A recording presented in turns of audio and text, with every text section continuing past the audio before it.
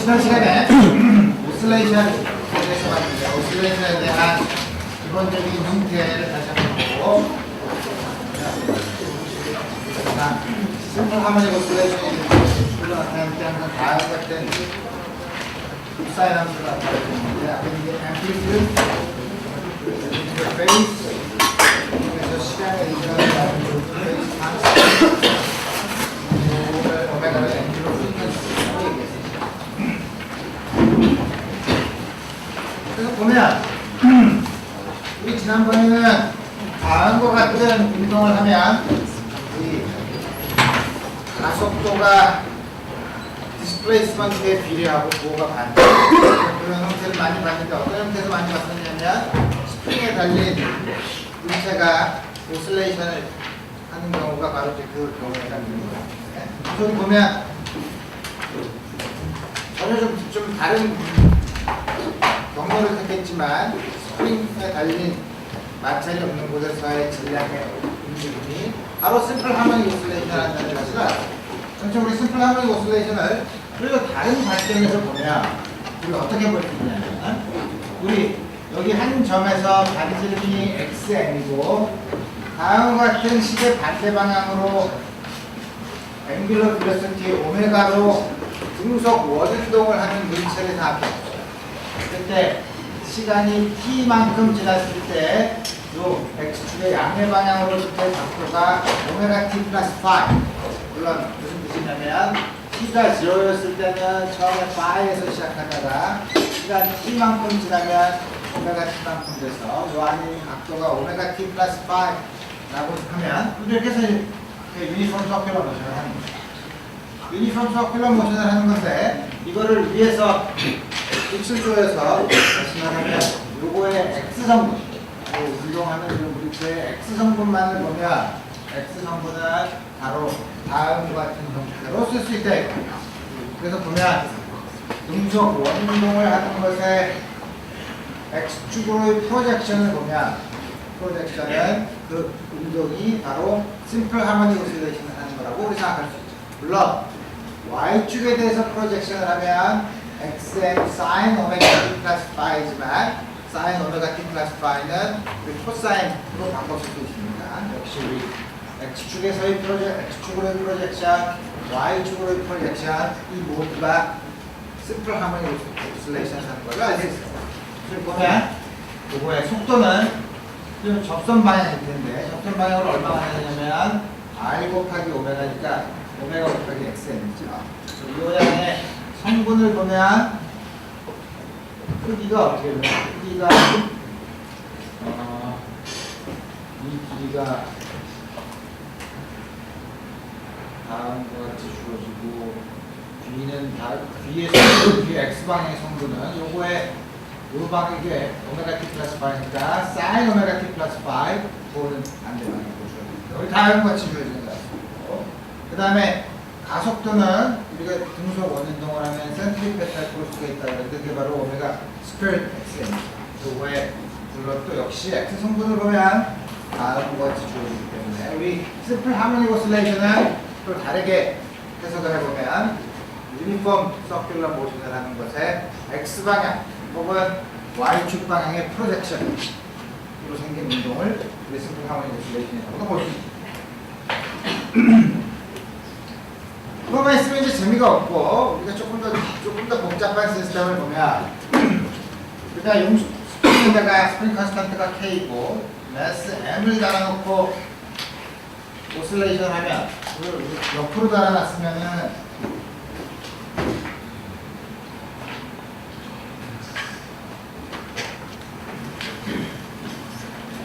이게 이퀄리브리엄 포지션에서 다음과 같이 오슬레이션 하는데 m 곱하기 오메가 제곱이 k로 주어지는 또 오메가 제곱을 구할 수 있는데 다음과 밑에 있는 거 지금 무시하고 다음과 같이 매달려 있으면 어떤 일이 벌어지죠? 어떤 일이 벌어지냐면 여기 작용하는 힘은 mg 여기 작용하는 힘은 원래에서 늘어난 길이가 x라고 하면 kx 그러면 kx 마이너스 mg가 mz가 a로 됩니다. 그래서 보면 물론 방향은 다음과 주어진 것은 원래는 이 양이 옆으로 세워놨으면 이 양이 없지만 이렇게 세워놓으면 다음과 같이 주어집니다. 물론 이게 평행인 점에서는 0이 되는 점에서는 뭐냐면 x가 k분의 mg, 평행이 된 곳은 뭐냐면 원래 늘어난 길이보다 이만큼 더 늘어나서 정지해 있죠. 여기서부터 잡아당겼다가 보면 그러면은 처음과는 달리 이렇게 놓았던 거와는 달리 이만큼 더 늘어나는 곳이 이퀄리브리움 포인트가 돼서 그 근처에서 오실레이션 하는 거예요. 전혀 다르게 볼 필요 없죠. 그걸 어떻게 볼 수 있냐면 여기서 다음 거 지워줄 수 있습니다. 어떻게 쓸 수 있냐면 k x-mg는 ma라고 하면 x''을 x-mg라고 쓰면 kx' ma 다음과 같이 주어지죠. 부호는 원래 마이너스는 좀 크기만 생각해봤는데 역시 이걸 보면 우리 잘 아는 심플 하모닉 오실레이션을 보는 문제예요. 다음 같은 것은 심플 하모닉 오실레이션을 하죠. 근데 이제 좀 더 복잡하게 만들기 위해서 어떻게 하냐면 요 밑에다가 물을 넣고 물 안에다가 이렇게 다음과 같은 판을 넣으면 진동을 하면서 복잡하죠. 이 안에 물이라는 게 우리 지난번에는 플루이드를 다룰 때 아이디얼 플루이드를 다루면서 비스코시티가 없다고 했는데 비스코시티가 있으면 이 안에서 올라갈 때 내려갈 때 전부 다 항상 운동에 방해를 받는데 비스코시티 때문에 이 안에 이 물 안에 온도를 올려주는 열 에너지를 올려주면서 역학적 에너지가 점점 바깥으로 빠지는 그런 역할을 하죠. 이런 걸 우리가 소위 말하는 댐핑이라고 해요. 에너지를 점점 줄여주는. 다음 같은 게 있을 경우에는 어떻게 하냐 이거예요. 그래서 물론 댐핑인 경우는 여러 가지가 있지만 우리가 많이 다루는 게 뭐냐면 그런 댐핑 포스가 속도에 비례하는 경우. 속도에 비례하는 경우를 생각해 봅시다. 속도에 비례하고 앞에 있는 상수는 b 포지티브 넘버고 앞에 마이너스라고 붙은 건 항상 속도의 반대 방향으로 작용하는 거죠. 잘 아는 것처럼 운동을 방해하는 방향으로 있다고 하면 우리 그러면 여기에 작용하는 힘은 뭔가 평행인 상태에서 이쪽으로 kx 힘을 더 더하면 되니까 이쪽으로 x만큼 늘었을 때 위쪽으로 k 있으니까 아래쪽 플러스라고 하면 마이너스 kx 포크의 법칙에서 마이너스 bv 합한 전체 포스가 질량을 가속도 a로 주는 거죠. 그래서 우리 보면 이 식을 다 오른쪽으로 넘긴 다음에 a가 x에 대한 시간의 2번 미분, b는 시간에 대해서 1번 미분, 다음과 같은 식이 나타나죠. 이런 식을 우리가 미분 방정식이라고 해요. 디퍼런셜 이퀘이션이라고 해요. 우리가 x의 파워로 나타내는 거는 우리 그냥 알지브레이크 이퀘이션, 방정식이라고 얘기하는데 다음과 같이 뭐냐면 x의 시간에 대한 미분, 2차 미분, 1차 미분 다음과 같이 주어져 있죠. 다음 같은 경우에는 우리가 제일 시간에 대한 미분의 차수가 제일 높은 거. 이건 여기죠. 2차 미분이죠. 그럴 땐 이걸 2차 미분 방정식이라고 얘기해요. 그리고 이걸 풀어야 돼요. 그래야 솔루션이 나오죠. 근데 처음에 시작할 때 우리 일반 물리 시간에서 미분 방정식 안 푼다고 했죠. 약간의 반칙을 하는데 우리 처음부터 복잡한 건 하기 어려우니까 간단한 미분 방정식 문제 풀기 어렵지 않아요. 어떻게 푸냐면 처음에 우선 댐핑 포스가 없는 경우를 생각해 봅시다. 그러면은 ma가 마이너스 kx인 경우 kx를 오른쪽으로 넘기면 m 곱하기 dx 스퀘어 dt 스퀘어 k가 m 오메가 스퀘어라고 했으니까 다음과 같이 쓴 다음에 양변을 m으로 나누면 이 식이 나오죠. 여러분들이 앞으로 2학년, 3학년 올라가서 미분 방정식을 배우는 경우라면 제일 먼저 보는 미분 방정식이에요. 처음에 보면 이거 어떻게 풀지라고 생각하지만 이제 머릿속으로 생각해 보는 거죠. 머릿속으로 뭐 생각해 보냐면 두 번 미분한 거랑 자기 자신을 더한 거랑 시간에 상관없이 항상 더하면 0이 된다는 거는 두 번 미분해서 자기 자신에 비례해야 되죠. 그런 식이 두 번 미분해서 자기 자신에 비례하는 식은 몇 개 있어요. 함수 중에. 그 중에 하나가 코사인 오메가 t, 사인 오메가 t가 그렇죠. 코사인 오메가 t 두 번 미분하면 마이너스 오메가 사인 오메가 t, 마이너스 오메가 제곱 코사인 오메가 t니까 요 식을 만족하죠. 사인 오메가 t도 역시 만족하죠. 그래서 여러분들한테 제일 먼저 디퍼런셜 이퀘이션을 풀 때 뭐냐면 이 식을 어떻게 풀죠? 자기 자신에 비례한 두 번 미분한 게 자기 자신에 비례하네. 그런 함수가 어디 있지? 이런 게 있네. 집어넣어봐. 성립하네. 이게 답이네. 이렇게 풀어요. 그죠? 근데 이제 미분 방정식의 이론을 보면 여러분들이 방정식에서 n차 방정식의 해는 일반적으로 n개 있죠. 그죠? 독립적인 솔루션 n개가 있는데 여기서도 n차 미분 방정식은 독립적인 해가 n개 있어요. 2차 미분 방정식이니까 2개 있죠. 2개 찾았어요. 사귄 것 같은데요. 그럼 딴 건 없을까요? 이때 수학자들이 또 2차 미분 방정식에서 근을 2개를 찾으면 그 해가 유니크하다는 걸 증명했어요. 이게 맞아. 그래서 이걸 2개를 적당히 더해요. 이거를 A배하고 이걸 B배해서 더해도 항상 이게 성립하죠.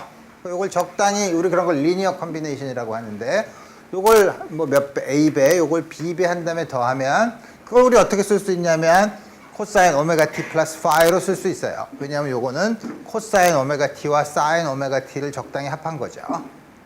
그래서 이게 바로 다음과 같은 게 가장 일반적인 다음과 같은 미분 방정식의 일반해는 다음과 같이 풀 수 있다고 얘기해요. 물론 미분 방정식을 풀 때 큰 조건이 있는데 유일하게 해를 끌어내려면 n차 미분 방정식에는 소위 말하는 이니셜 컨디션이라는 게 필요한데 t=0에서의 조건이 필요해요. n차 미분 방정식에서는 n개의 이니셜 컨디션이 있어야 돼요. 이니셜 컨디션은 뭐냐면 t=0일 때 x가 얼만데 t=0일 때 x'이 얼만데 혹은 x 더블 프라임이 얼만데 이렇게 조건을 2개를 줘야 돼요. 2개를 주면 유니크하게 값을 하나 딱 유니크하다는 게 뭐냐면 이게 xm과 파이를 2개가 아직 결정되지 않은 양을 결정해 주려면 2개의 조건이 필요하다는 거죠. 일반적으로 n차 미분 방정식은 n개의 이니셜 컨디션이 필요해요. 우리 일반적인 거 우리 풀 필요 없으니까 다음 같이 푸는 방법이 있고 또 한 가지 방법은 우리 이걸 보고서 이걸 찾는 건 쉽지만 이거 말고 좀 딴 걸로 나오면 어떡하죠? 문제죠. 그래서 보면 이게 어쨌든 미분을 해서 자기 자신에 비례하는 거네. 미분을 해서 자기 자신에 비례하는 함수는 사인, 코사인은 2번 미분해서 자기 자신에 비례하지만 그냥 한 번 미분해서 자기 자신에 비례하는 함수는 엑스포넨셜 펑션이에요. 그죠? 엑스포넨셜 함수는 항상 자기 자신에 비례해요. 미분하면. 그래서 x를 a 곱하기 e to the iat 왜 여기 컴플렉스 넘버 i를 썼을까? 내 맘이에요. 그죠? 만약에 이게 리얼 넘버라면 솔루션에 a가 이미지너리 넘버가 나오면 되죠. 이렇게 2개의 미지수, large a랑 small a가 있기 때문에 우리 앞으로 이니셜 컨디션을 2개를 줘야 되는데 어쨌든 이거는 t에 대해서 미분하면 자기 자신에 비례하죠. 그죠? 그래서 미분하면 자기 자신에 비례하는데 이걸 여기다 집어넣어봐요. 한 번 미분하면 iA가 나오고 또 한 번 미분하면 또 iA가 나오니까 마이너스 a제곱 그 다음에 곱하기 이거 여기는 요거에다가 오메가 제곱 그러니까 a 곱하기 2 to the iat 요거는 서로 양변의 상쇄가 되고 a제곱이 오메가 제곱이에요. 그러니까 a는 플러스 마이너스 오메가죠. 그래서 우리 보면 재밌는 게 뭐냐면 여기 있는 이 식에서 다음과 같이 바꿔놓는 순간 미분 방정식이 디퍼런셜 이퀘이션이 알지브레이크 이퀘이션으로 바뀌어요. 우리가 풀 수 있는 방정식으로 바뀌죠. n차 미분 방정식은 n차 방정식으로 바뀌어요. 그러면 그 솔루션을 풀면 돼요. a가 플러스 마이너스 오메가죠. x는 e to the i 오메가 t, e to the 마이너스 i 오메가 t, 이걸 두 개를 적당히 더해줘도 되죠. 그래서 다음 같은 게 가장 일반적인 솔루션이에요. 물론 a와 b는 소위 말한 아까 말한 두 개의 이니셜 컨디션에 의해서 a와 b를 결정해 준다 이거. 예를 들면 t equal 0에서 값이 얼마냐, x가 t equal 0에서 x 프라임의 값이 얼마냐, 그 두 개만 주어지면 a, b를 결정할 수 있죠. 여러분들이 다음과 같은 관계를 배웠어요? 고등학교 때? 안 배웠죠? 대학교 와서 배웠어요? 아직 안 배웠어? 괜찮아요. 가르쳐주면 되지. 이 둘이 i 오메가 t는 계산하기 굉장히 어렵지만 일반적으로 컴플렉스 넘버예요. 컴플렉스 넘버인데 리얼 파트는 코사인 오메가 t고 이미지너리 파트는 사인 오메가 t예요. 이거 증명하기 어렵지 않아요. 이 둘이 i 오메가 t는 테일러 시리즈 익스펜션 하는 것도 안 배웠나? 오케이, 그럼 잊어버리고 다음 같이 주어지면 요 관계가 있으니까 이 관계를 거꾸로 쓰면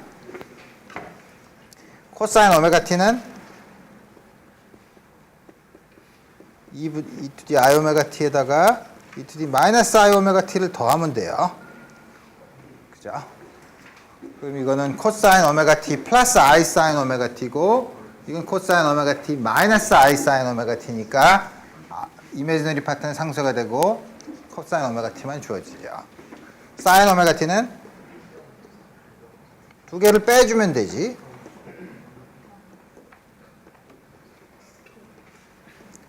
그 다음에 이 i로 나눠주면 다음과 같이 쓸 수 있어요. 그래서 우리 보면 요거는 코사인 오메가 t 플러스 i 사인 오메가 t, 요거는 코사인 오메가 t 마이너스 i 사인 오메가 t니까 요거는 다르게 쓰면 우리가 잘 아는 형태로 쓰면 코사인 오메가 t에 비례한 양은 a 플러스 b, 사인에 비례한 양은 i 곱하기 a 마이너스 b 사인 오메가 t.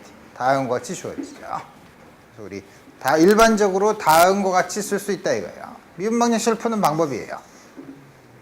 아주 간단한 미분 방정식을 푸는, 물론 좀 더 복잡한 건 훨씬 더 많은 테크닉이 필요하지만 아주 간단한 식이에요. 그리고 나서 앞에 거를 보면 이 식을 보면 좀 더 복잡해졌죠. 또 하나 더 있죠. 그렇지만 생각해보면 한 번 미분한 거랑 두 번 미분한 거랑 자기 자신이랑 더해서 0이 되는데 일반적으로 x가 t의 함수면 더해서 항상 모든 t에 대해서 더해서 0이 되려면 언제든지 요거랑 두 번 미분한 거랑 한 번 미분한 게 x랑 서로 비례해야 되죠. 그럴 수 있는 유일한 함수는 엑스포넨셜 펑션밖에 없어요. 그래서 우리 다음과 같이 놓자 이거예요. 다음과 같이 놓고 여기다 집어넣으면 a, 그리고 나서 이걸로 나눠주면 처음에는 두 번 미분하는 거니까 ia가 두 번 나오면 마이너스 ma 제곱,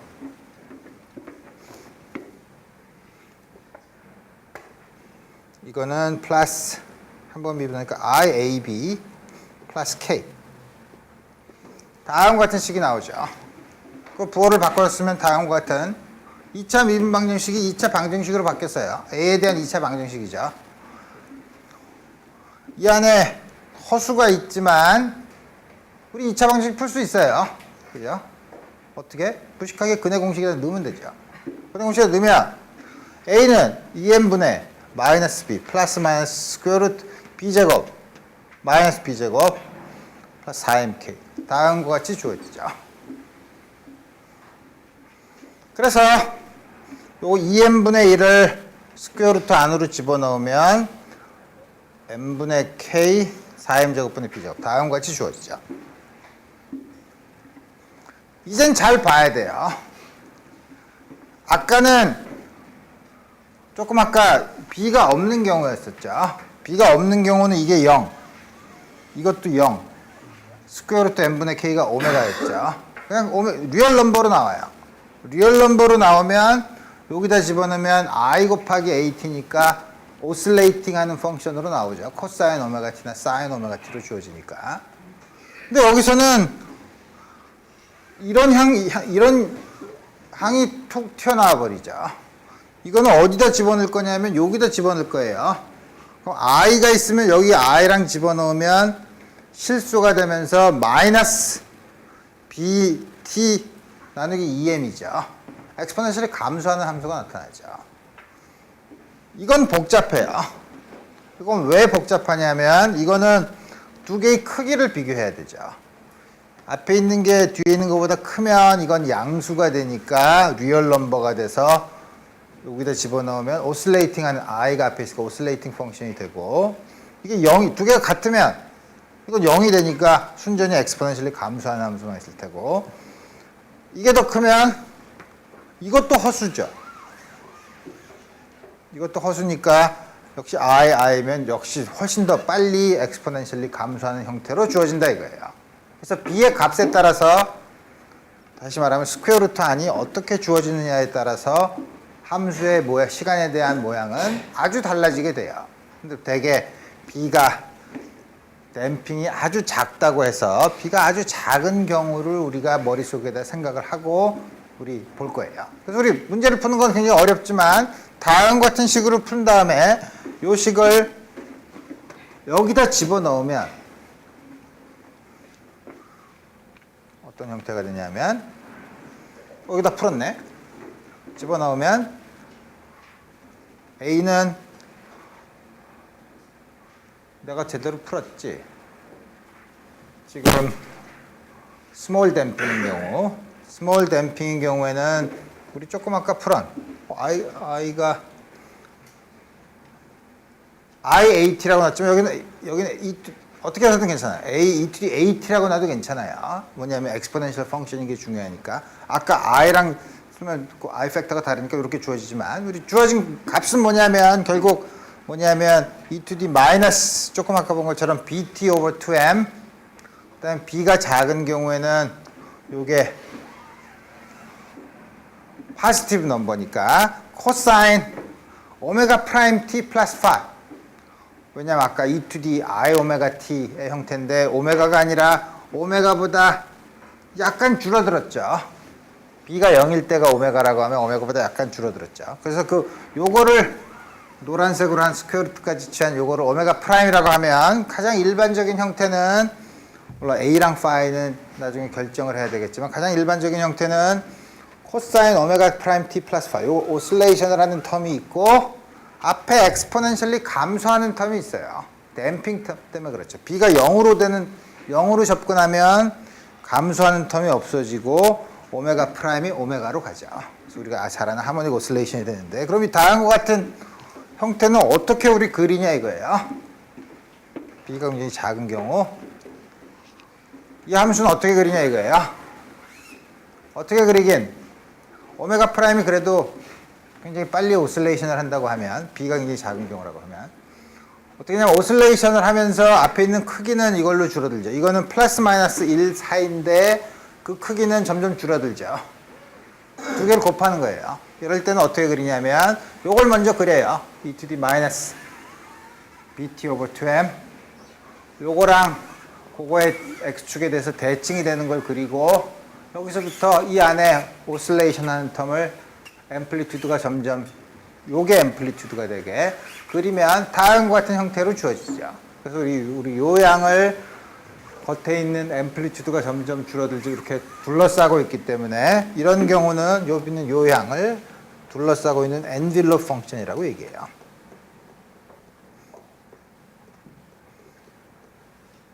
그래서 보면 이제 여러 가지 경우를 생각할 수 있죠. 우리 요거를 봐야 되는데, 이거는 b가 굉장히 작을 경우를 봤어요. b가 굉장히 작을 경우, 이게 바로 요거죠.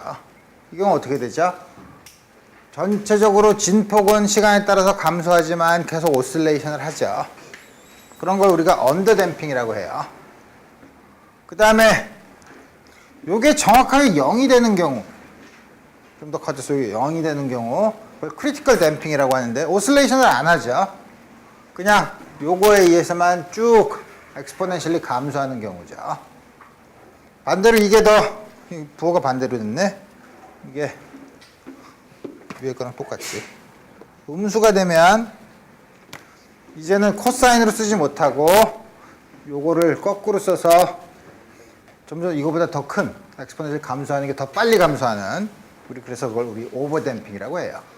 말로 하면 어렵지만 어떤 경우냐면 돌아온 장고, 서부 영화에서 보면 싸구려 술집에 들어가면 문 탁 열면 열고 나서 덜컥덜컥 하죠. 이게 정확히 이 경우예요. 자, 어떤 문은 문을 딱 열면 놓으면 쑥 돌아가죠. 오슬레이션을 하지 않고 원래로 돌아가죠. 그런 경우는 되게 크리티컬 댐핑이나 오버 댐핑 중에 하나예요. 그래서 우리 이런 댐핑을 많이 써요. 어떤 데 쓰냐면 자동차 같은 데도 써요. 자동차 타이어에 스프링을 달아서 여기 적당한 댐핑을 주면 밑에 바닥을 이렇게 지나가면 이렇게 진동을 하죠. 바닥이 진동을 하는데 위에 타고 있는 사람이 스프링이 없는 마차인 경우에는 밑에 바닥이 덜컹거리면 자기 엉덩이도 똑같이 덜컹거리죠. 그 싫죠. 그래서 어떻게 만드냐면 적당한 댐핑을 주면 밑에 있는 건 흔들리지만 위에 있는 거는 다음과 같이 주어지면 위에 있는 것도 계속 흔들리지만, 승차감이 좋으려면 밑에 있는 건 있지만 크리티컬 댐핑이 되면 위에서는 승차감이 좋게 만들 수도 있어요. 그래서 대개 타이어가 차에 연결된 스프링의 댐핑을 적당히 이용해서 승차감을 조절해요.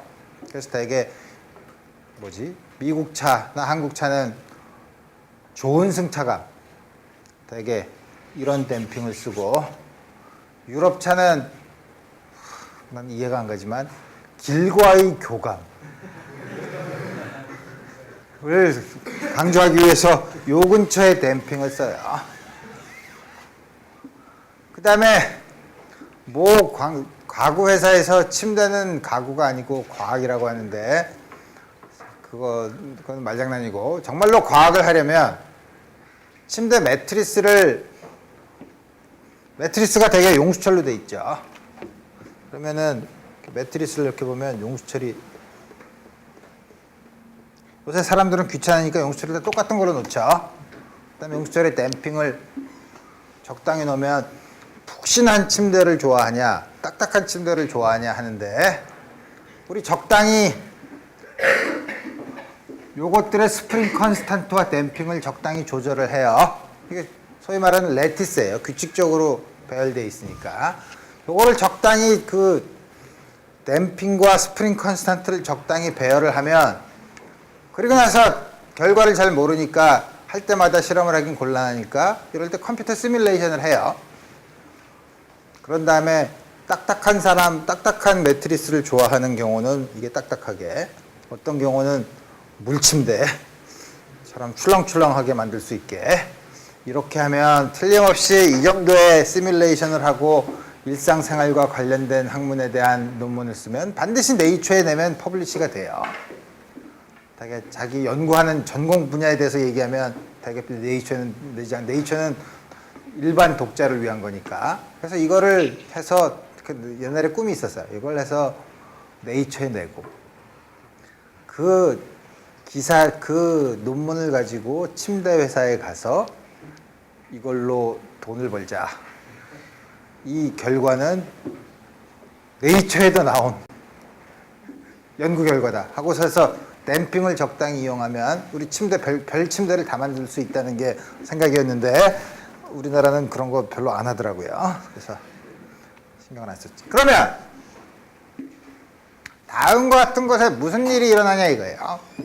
무슨 일이 일어나는가 이제 봐야죠. 이제 다음과 같은 오슬레이션을 하는 물체에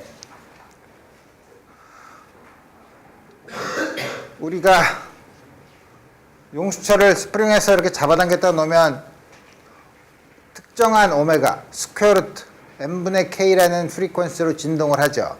우리가 그런 거를 intrinsic frequency, 고유 진동수라고 얘기해요. 놨다 놓으면 항상 고유 진동수를 가지고 있어요. 어떤 물체든지 고유 진동수를 가지고 있어요. 게다가 치면 그 고유 진동수로 진동을 하죠.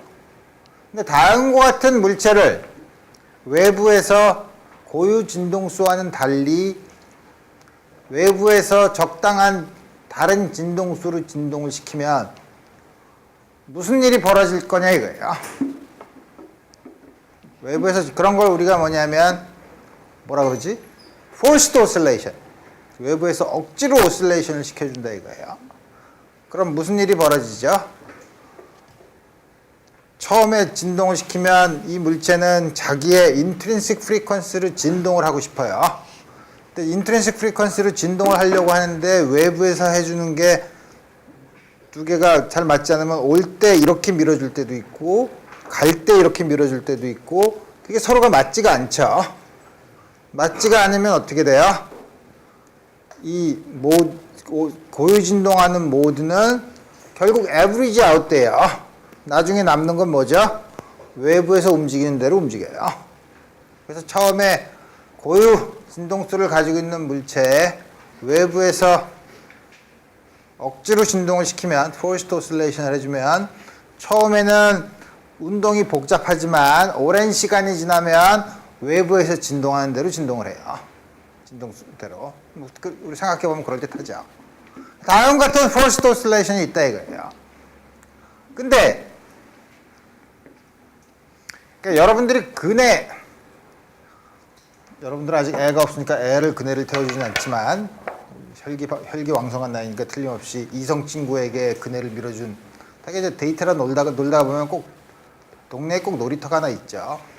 그다음에 그네가 있으면 꼭 누군가 타고 싶다 그러죠. 남자든 여자든 타면 밀어줘야 되죠 뒤에서.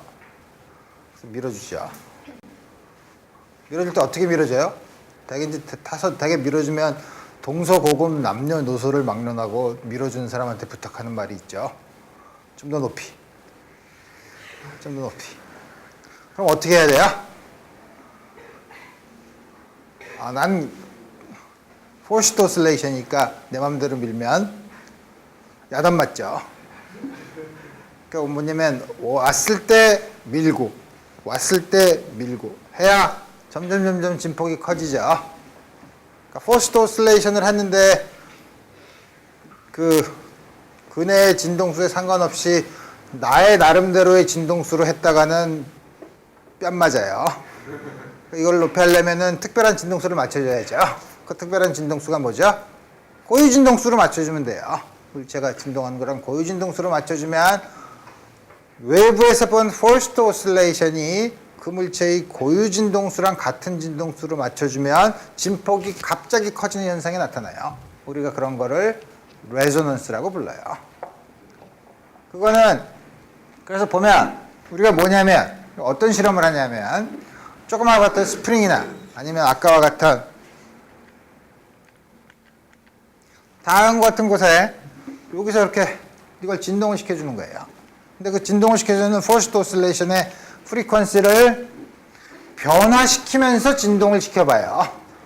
그래서 여기서 X축은 뭐냐면 오메가 D는 이제 드라이빙 프리퀀시라고 해서 외부에서 억지로 forced oscillation을 하는 진동수를 그 물체의 고유 진동수 스프링 같은 경우는 스퀘어 루트 n분의 k로 주어지는 양 그걸로 나눈 양으로 쓰면 차원이 없는 양이죠. 쭉 보면 1이 뭐냐면 고유 진동수에 해당되는 경우예요. 그 다음에 여기 Y축은 그 진동의 진폭을 봐요. 진폭을 보는데 아까처럼 우리 조금 아까 정성적으로 얘기한 것처럼 진동수가 서로 다르면 서로 같이 움직이지만 그 진폭이 작은데 그게 고유 진동수에 접근하면 다음과 같이 진폭이 갑자기 커지는 현상이 생긴다 이거예요. 그리고 여기 요거는 B가 큰 경우 댐핑이 점점 작아질수록 댐핑이 0인 경우에는 그냥 확 블로우업을 하지만 세상에 댐핑이 0인 건 없으니까 어쨌든 다음 같은 형태로 주어진다 이거예요. 그래서 우리 댐프드 하모닉 오실레이터가 있어도 심플 하모닉 오실레이터가 있어도 외부에서 forced oscillation을 해주면 항상 오랜 시간이 지난 다음에는 외부에서 진동하는 진동수로 따라 맞춰주는데 그러면서도 가장 진폭이 큰 경우는 고유 진동수 맞춰주는 경우, 레조넌스가 일어날 경우에는 다음과 같은 식으로 맞춰주면 된다 이거예요. 다음과 같은 현상은 나중에 전자기파 혹은 나중에 2학기 때 여러분들이 저항, 인덕터, 커패시터를 집어넣은 RLC 회로를 할 때 다시 또 나타날 거예요. 우리 그거는 그때 가서 보도록 합시다. 자, 페이스 스페이스는 그래서 보면 우리가 심플 하모닉 오실레이션을 표현하는 방법이 여러 가지가 있는데 그 중에 하나가 소위 페이스 스페이스를 쓴다는 거예요. 페이스 스페이스라고 하면 굉장히 복잡한 것처럼 보이지만 1차원인 경우에는 그 시간에 따라서 어떤 물체의 위치와 모멘텀, 운동량을 이게 어떻게 변하냐 하는 걸 보는 건데 그래서 X축을 X, Y축을 속도 V 혹은 질량을 곱하면 모멘텀 P가 주어질 테니까 여기 어느 한 점을 준다는 거는 특별한 위치에서 어떤 운동량을 가지고 있는 거를 보는 거죠. 그래서 하모닉 오실레이터를 보면 심플 하모닉 오실레이터를 보면 그 물체의 궤적이 여기 주어져 있으면 다음과 같이 이렇게 돌아요. 왜 그러냐 하면 심플 하모닉 오실레이터는 미케니컬 에너지가 보존되니까 미케니컬 에너지가 보존되면 이거는 2분의 1 mv 제곱 2분의 1 kx 제곱이죠. 주어진 에너지 E에 대해서 다음과 같은 조건을 만족해요. 이게 무슨 식이죠? X와 V에 대해서 타원이에요. 그래서 타원을 그려요. 물론 처음에 속도가 어느 쪽이냐에 따라서 이쪽으로 갈 수도 있고 화살표가 이쪽으로 갈 수도 있죠.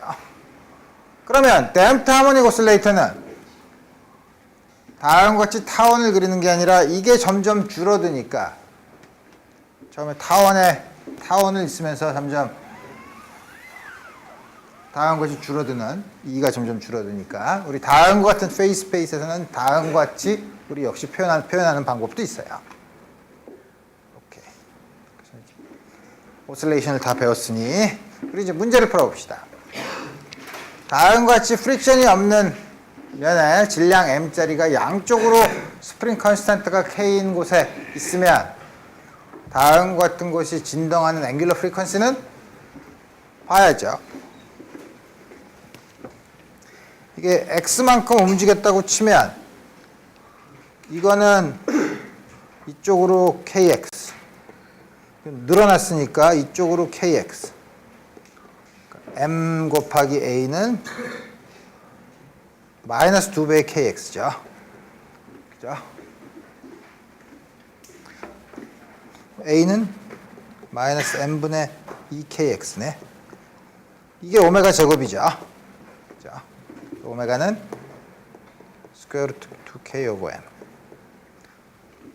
용수철 스프링 컨스탄트가 2배가 된 셈이죠. 그죠? 다음 같은 경우에는 그래? 다음 같은 경우엔 이거를 이렇게 늘어났다 놓으면 앵귤러 프리퀀시는 쉬워요. 이게 X만큼 평행 위치에서 X만큼 늘어났다고 치면 요건 2분의 X 요것도 2분의 X 늘었죠. 그럼 받는 힘은 이게 KX 나누기 2 이것도 KX 나누기 X만큼 늘었으면 KX 나누기 2인데 요게 잡아당기는 거는 이물체에 잡아당기는 힘은 용수철이 잡아당기는 이거밖에 없죠. 이게 잡아당기는 힘이 2분의 KX죠. 그러니까 M 곱하기 A는 마이너스 2분의 KX죠. A는 마이너스 2M분의 KX죠. 요게 오메가 제곱이죠. 자, 다음과 같이 우리 구할 수 있다 이거예요. 이것도 있고 이것도 있는데요. 여기 작용하는 여기 2분의 KX는 요 용수철을 잡아당기는 힘이에요. 이거 잡아당기는 힘은 요거밖에 없어요. 오케이.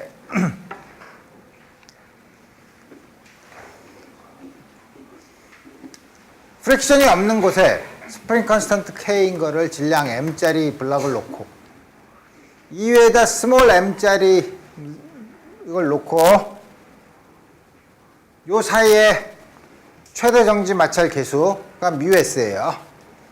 무슨 얘기냐면 여기서 조금 잡아당겼다가 놓으면 달라붙어서 진동을 하고 조금 더 진폭을 크게 했다가 놓으면 진동을 하고 더 느렸다 하면 탁 오면 이게 위에 있는 게 미끄러지기 시작하죠. 미끄러지지 않고 위에 게 같이 붙어서 진동을 할 수 있는 최대 앰플리튜드가 얼마냐? 그거 물어보는 거예요. 어떻게 해야 되나? 우리 다음 같은 거 틀림없이 심플 하모닉 오실레이션을 할 텐데, 심플 하모닉 오실레이션은 받는 힘이, 밑에 있는 게 받는 힘이 뭐죠? x만큼 늘어나면 kx가 전체가 m 플러스 m이 a로 가네. 자, 크기만 보면 그럼 오메가 제곱은 m 플러스 m분의 k죠. 밑에 있는 건 그래요. 자. 근데 보니까 가속도가 제일 크려면 x가 크면 클수록 가속도가 크죠. 그러니까 언제 위에 있는 게 가장 위에 있는 건 어떻게 힘을 받죠? 물론 밑으로 중력이 있고 노멀 포스가 있지만 이쪽 방향으로는 운동을 하지 않으니까 서로가 상쇄가 돼 있을 테고 이쪽 방향으로 x만큼 늘어났을 때 kx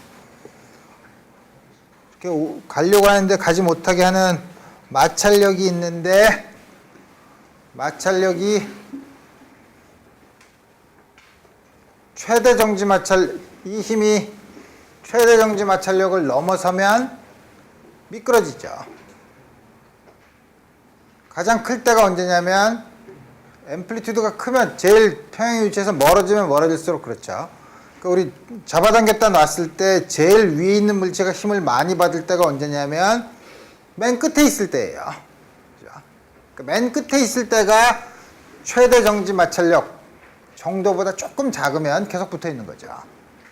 그래서 우리 보면 요거에 받는 힘은 제일 끝에가 앰플리튜드가 제일 클 때니까 요걸 x 맥시멈이라고 하면 kx 맥시멈이 µs mg인 경우 이 경우가 되겠죠. 그래서 xm은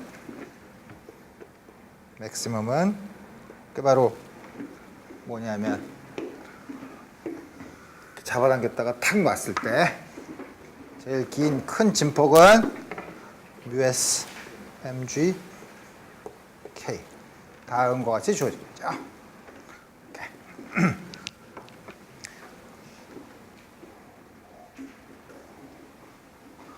다음 같은 막대기에다가 유니폼한 막대기에다가 가운데 못을 꽉 탕 박아서 마찰이 없이 자유롭게 움직일 수 있는 곳 한쪽 끝에다가 스프링을 매달았어요. 그 다음에 요거를 조금 잡아당겼다가 평행 상태에서 조금 잡아당겼다가 탁 놓으면 진동을 하죠.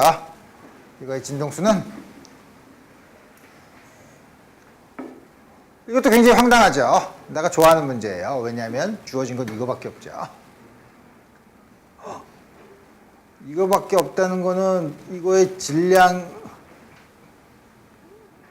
길이를 알 필요가 없다는 뜻인가? 그럼 어떡하지? 좀 우리 집어넣으면 되죠. 우리 문제를 먼저 해결을 하는데 뭐냐면 우리 이거는 아까는 스프링에 물체가 달려있으면 아래 위로 진동을 하는 건데 이거는 그게 아니라 이거에서 토크가 생기는 거예요. 우리 토크를 보면 되죠.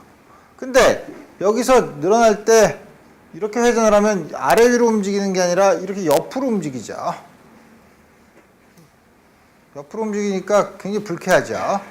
지오메트리를 써서 복잡하지만 우리가 움직이는 각도가 조금밖에 안 움직인다고 하면 이 기울기는 거의 무시할 수 있으니까 세타가 작은 경우에는 그래도 우리 그런 거 신경 쓰지 않고 할 수 있다는 거죠.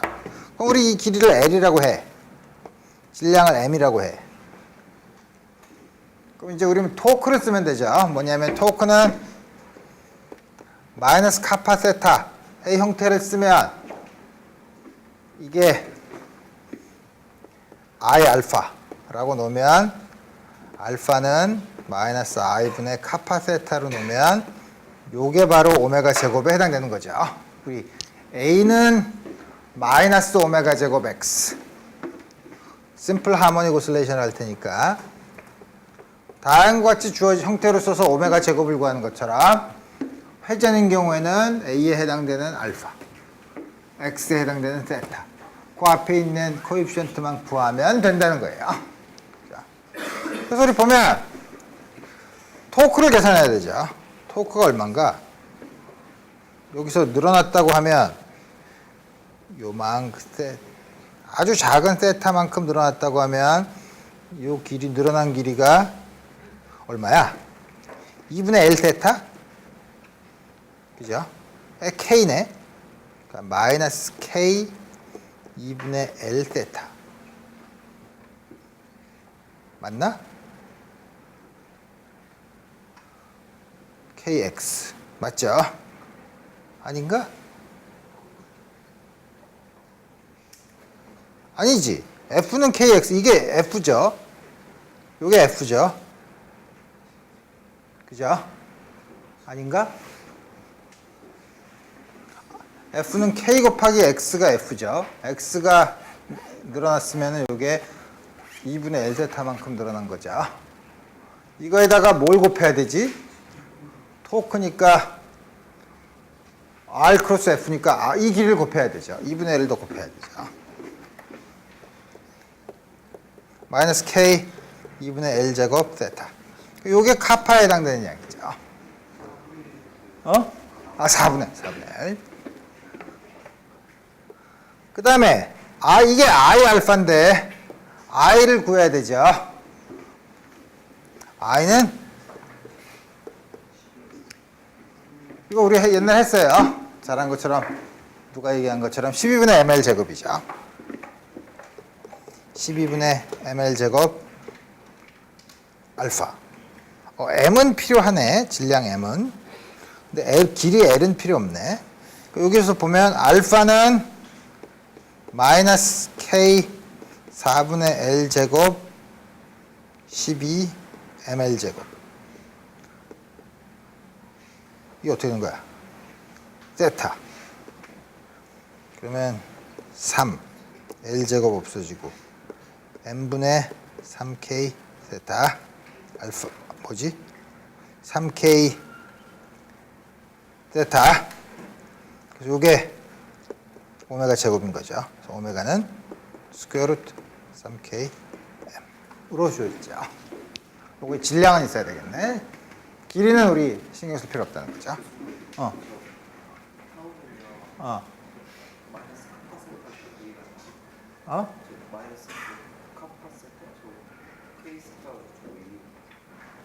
다시. 왜 마이너스 5를 붙였냐고?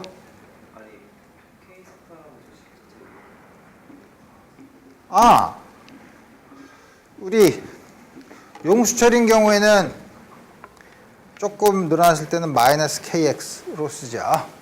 그죠? 그 다음에 우리 토션 펜들럼으로 토션이라고 해서 왜 줄을 이렇게 비틀 때 보면은 줄을 너무 많이 비틀면 문제가 있지만 조금만 비틀면 원래 돌아가는 게 뭐냐면 토크가 있는데 토크가 변환 각도 세타에 비례하죠. 탄성 한계를 넘어서지 않고서는. 여기서도 마찬가지로 그래서 뭐냐면 요거에 대응되는 양을 쓴 거예요. 이게 뭐냐면 여기서 회전을 하니까 여기서 세타만큼 늘어났으면 틀림없이 받는 토크는 세타에 비례할 거라 이거예요. 그죠? 왜냐면 세타가 작으면. 세타가 크면 우리 이걸 봐야 돼요. 뭐냐면 세타가 크면 어떻게 되냐면 이렇게 돼서 용수철이 이렇게 늘어날 테니까 그 경우에는 이게 세타고 그때 이 늘어난 길이를 계산을 해야 돼요. 그럼 세타에 대한 복잡한 함수로 주어지지만 세타가 작은 경우에는 틀림없이 이 형태로 돌아갈 거라는 사실은 우리가 짐작할 수 있어요. 오케이. 다음 같은 문제 뭐냐면 프릭션이 없는 곳에 스프링 컨스탄트 K M1이 있는데 여기 M2짜리 물체가 B0로 다가오더니 딱 달라붙었어요. 딱 달라붙었으면 이게 여기 와서 쭉 들어와서 섰다가 다시 나가면서 그 다음부터 심플 하모닉 오실레이션을 하겠죠. 그 경우 제일 많이 줄어든 길이가 얼마냐 하는 거랑 그 다음에 또 하나는 부딪히고서 제일 많이 줄어든 데까지 갈 때까지 걸리는 시간은? 하고 물어보는 거예요. 시간 물어보는 건 좀 복잡할 것 같죠. 그렇지만 첫 번째 많이 줄어들었다고 하는 거는 이건 틀림없이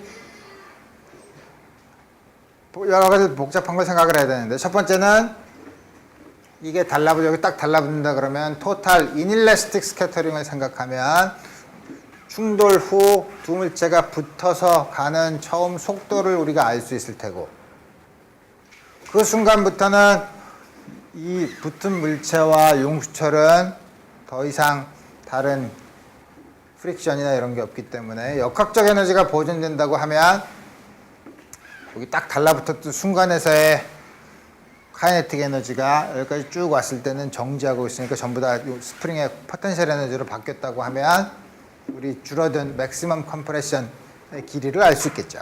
그래서 처음에 그러면 충돌하기 전에는 M2 V0, 충돌한 후에는 M1 플러스 M2가 V로 가니까 V는 M1 플러스 M2분의 M2 V0.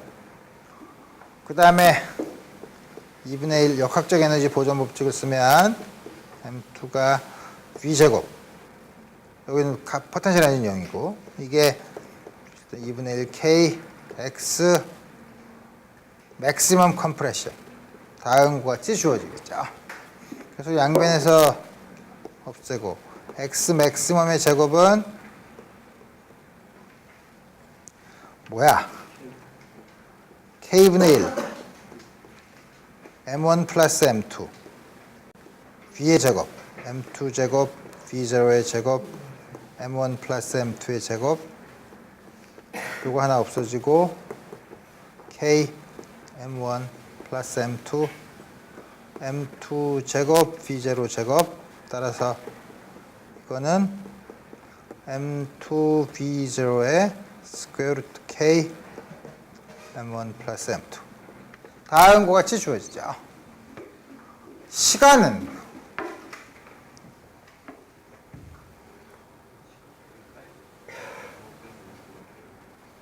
어떻게 구하나? 그러네. 여기서 와서 이렇게 왔다가 다시 와서 갔다가 이 운동을 반복할 테니까 여기서부터 여기까지 갔다가 왔다가 오는 게 한 주기죠. 이건 4분의 1 주기예요. 주기의 4분의 1이에요. 주기만 구하면 되죠. 주기를 어떻게 구하죠? 주기를 어떻게 구하지? 받는 힘은 마이너스 KX는 M1 플러스 M2가 A로 주어지니까 K를 M1 플러스 M2로 나눈 게 오메가 제곱이죠. 그죠? 그럼 T는 2파이 곱하기 저거의 역수죠. 따라서 시간은 4분의 T니까 2분의 파이 M1 플러스 M2 오케이. 다음과 같이 구할 수 있죠. 오케이. 우리 점점 문제가 재밌어지는데, U자 튜브에 평형으로 되어 있는데 여기다가 입으로 불어서 길이가 L만큼 됐어요. 차이가. 그러고 나서 탁 뗐어요. 어떤 일이 벌어지죠? 출렁 하죠. 자, 이거의 진동수를 구하라는 거예요. 이거 어떻게 구하나? 미치겠네. 아니고, 되게 이럴 때 크게 그리는 게 좋아. 원래 수평면이 다음과 같이 있는데 여기부터 올라가서 Y만큼 올라갔다고 칩시다. 그럼 이건 Y만큼 내려갔죠. 자,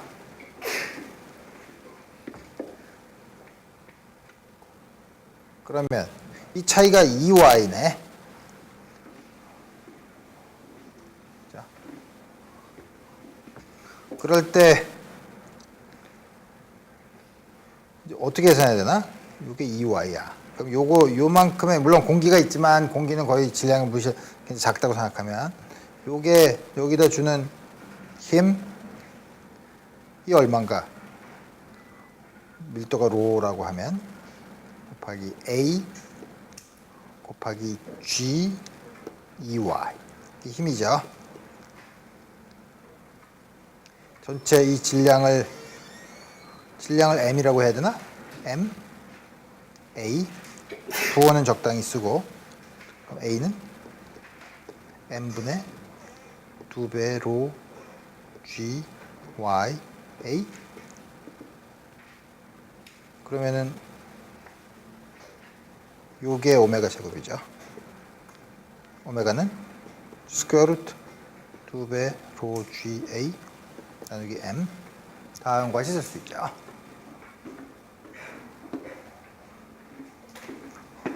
별걸 다 하네. 오케이. 그래서 우리 드디어 오실레이션을 다 끝냈고 이제는 웨이브에 대해서 볼 거예요. 도대체 웨이브가 뭐냐? 어떤 걸 우리가 웨이브라고 하냐?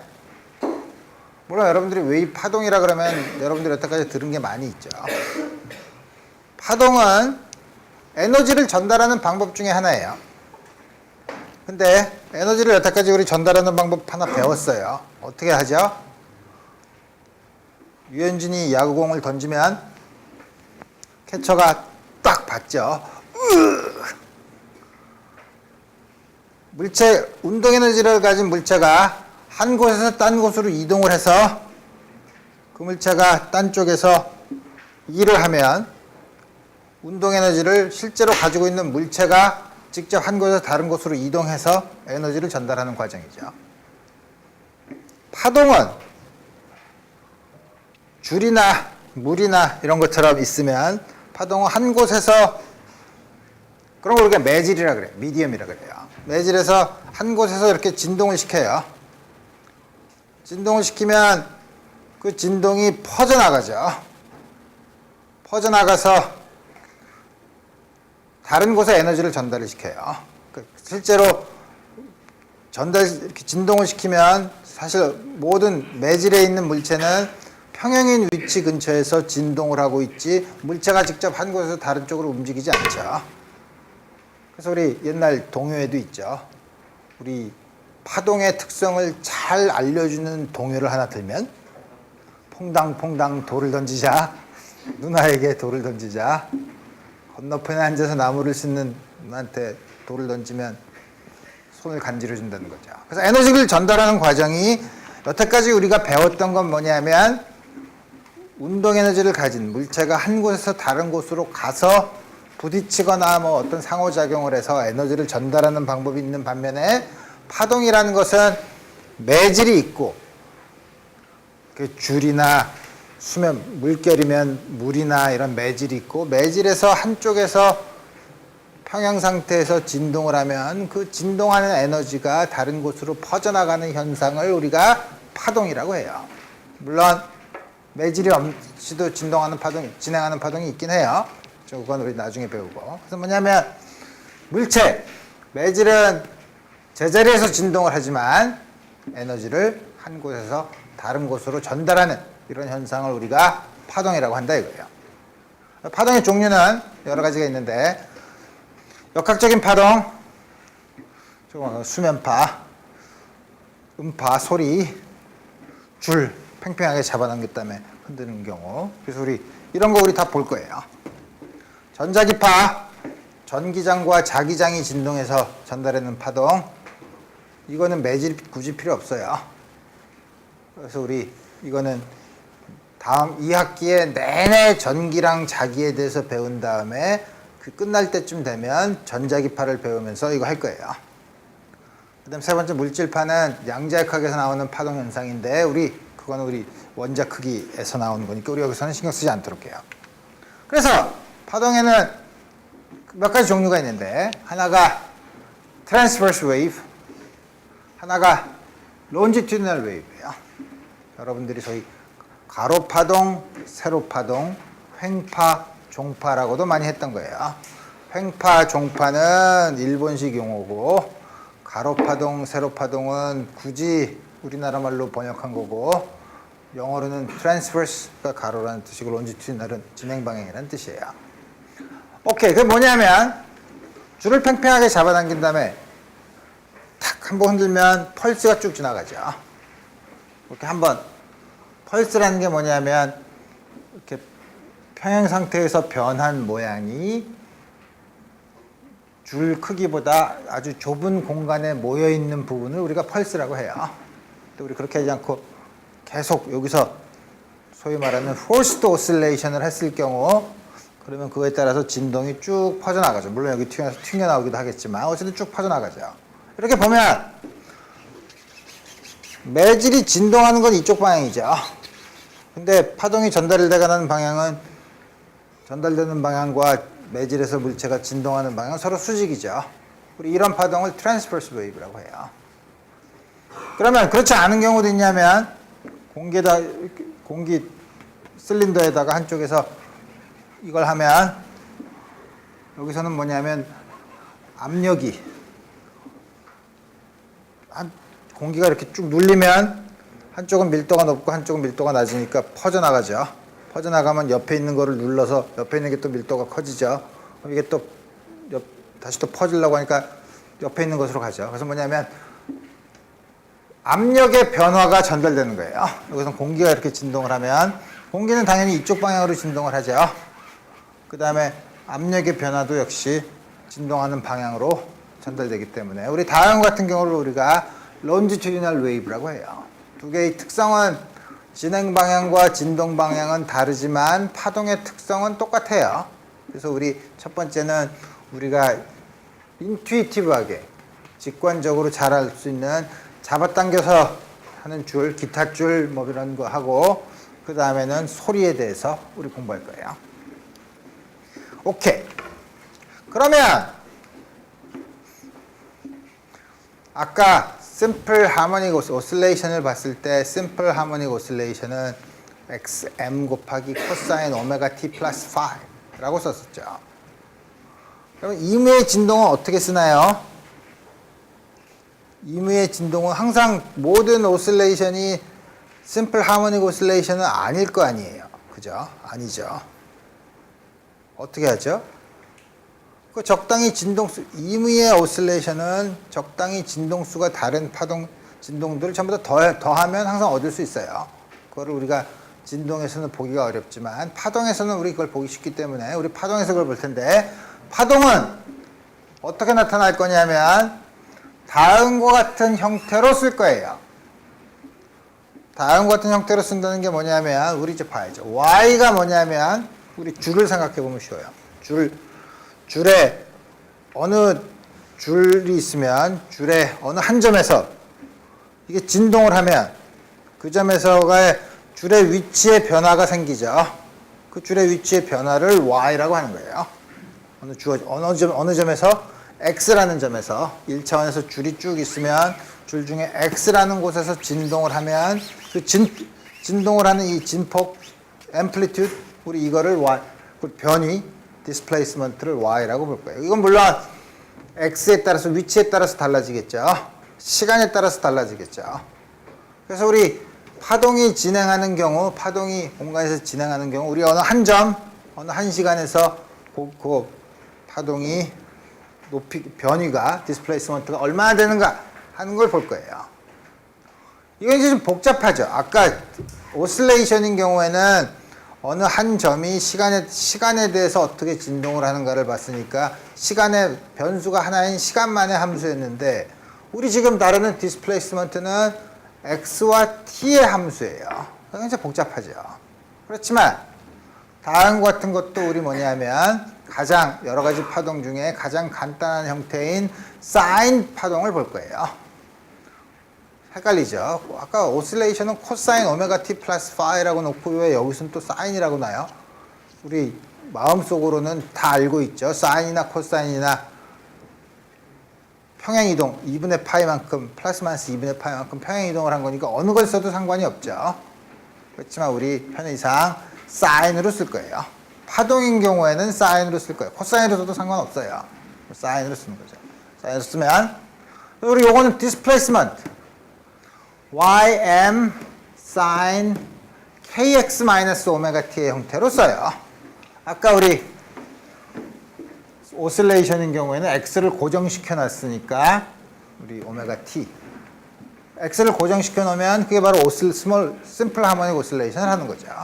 근데 우리가 파동을 보는 거니까 다음 같은 경우를 우리가 시뉴소이달 웨이브, 시뉴소이달 하다는 거는 사인 함수로 표현된다는 뜻이에요. 시뉴소이달 웨이브로 표현된다고 얘기해요. 그래서 우리 새로 도입한 이게 있으니까 여러 가지 용어가 복잡한 게 많은데 우리 용어부터 먼저 정리를 한 다음에 우리 다음과 같은 파동으로 주어지는 파동의 특성을 보도록 합시다. 다음 거 쓰면 당연히 보면 ym 곱하기 사인으로, 그러니까 사인은 기껏 커봤자 플러스 1에서 마이너스 1과 1 사이에서 진동을 하니까 커봤자 이 디스플레이스먼트는 ym에서 마이너스 ym 사이죠. 최대값이 ym이죠. 그래서 우리 최대값을 역시 오실레이션과 마찬가지로 앰플리튜드라고 한다 이거예요. 이 안에 있는 건 사인 함수니까 이 안에 있는 거는 틀림없이 디멘션이 없는, 차원이 없는 수여야 돼요. 각도에 해당되는 양이죠. 각도를 영어로 페이스라고도 하니까 이걸 우리가 페이스라고 해요. 페이스라고 하는데 이상한 컨비네이션으로 들어와 있죠. 차원이 없으면, 이게 차원이 없다는 건 우리 지난번에 봤죠. t가 있으면 오메가가 앵귤러 프리퀀시, 시간의 역수의 차원을 가지면 그건 차원이 없는 양. 그래서 우리 요거는 역시 시간에 의존한 앞에 있는 요 계수를 앵귤러 프리퀀시라고 불러요. k 곱하기 x, 이것도 차원이 없으려면 이거는 길이의 역수의 차원을 가져야 되겠죠. 그래서 우리 그 양을 우리가 앵귤러 웨이브 넘버라고 불러요.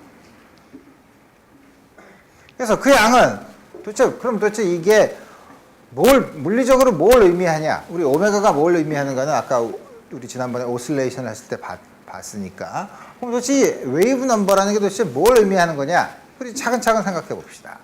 생각해 보는데 이게 복잡해요. 뭐가 복잡하냐면 x와 t의 함수예요. 그러니까 두 개가 동시에 변하면 어렵다 이거예요. 그래서 우리 어떻게 보니, 이럴 경우에는 우리 이걸 이해하기 위해서는 어떻게 보냐면 두 개 다 변하게 하면 힘드니까 한 개는 일단 고정시키고 나머지가 변할 때를 보면 되죠. 그래서 우리 보면 제일 처음에는 뭘 볼까? 시간을 고정시켜 놓고 봅시다. 시간을 고정시켜 놓고 파동의 x에 대한 변화를 생각해 봅시다. 시간을 고정시켜 놓았다는 게 말은 생각하기가 어렵지만 우리 쉽게 생각하는 건 뭐냐면 파동이 퍼져나가는데 사진기로 찰칵 찍는 순간은 어떤 주어진 시간에 찍은 거죠. 그러니까 어떤 순간에 딱 사진을 찍었을 때 공간의 전체적으로 파동의 모양이 어떻게 되느냐를 보는 게 시간을 고정시켰다는 거의 의미예요. 그러니까 사진을 딱 찍었다는 거예요. 그럼 파동이 이렇게, 이걸 고정시키면 이걸 상수라고 하면 t를 0이라고 넣으면 sin kx의 함수죠. 그죠? sin kx의 함수예요. sin 함수죠. sin 함수는 주기 함수죠. 그래서 x라는 곳에서도 계속 반복이 되죠. 하나에서부터 다시 반복되는 가장 짧은 유닛, 그 길이를 우리가 wavelength라고 해요. 파장이라고 하죠. 그러면 이제 뭐 이건 우리 0이라고 생각하고 x가 람다만큼 가면 요 값이 같아야 되니까 x가 람다만큼 가면 요 값이 똑같아야 되죠. 그러니까 k 곱하기 람다가 되면 원래 페이스의 2파이만큼 변하면 되죠. 사인 함수는 2파이가 주기니까. 그러니까 k 곱하기 이게 람다는 2파이라 이거예요. 그러니까 함수 안에서 요게 한 주기만큼 변하면 똑같을 테니까 여기서부터 요 값이, 그래서 k 곱하기 람다가 2파이예요. 그래서 다시 쓰면 웨이브 넘버는 2파이를 람다로 나누면 돼요. 이게 웨이브 넘버의 데피니션이에요. 앵귤러 프리퀀시는 우리 지난번에 얘기한 거고, 이거는 어떻게 보냐면 우리 그거 조금 아까는 사진기를 딱 찍어서 시간을 고정시켰지만 우리 이제는 우리 딴 데 안 봐. 한 점만 봐. 딴 데 어떻게 생겼는지 보고 한 점만 보고 한 점에서 보면 x를 고정시켜 놓으면 역시 sin 오메가 t의 함수죠. 역시 주기적인 함수로 주어진다 이거예요. 그때 주기에 해당되는 요 가장 짧은 반복되는 거에 가장 짧은 시간을 period 주기라고 하죠. 여기 다음과 같이 주어지고 frequency는 period의 역수 요 관계를 보면 오메가를 2파이로 나눈 양이라 이거예요.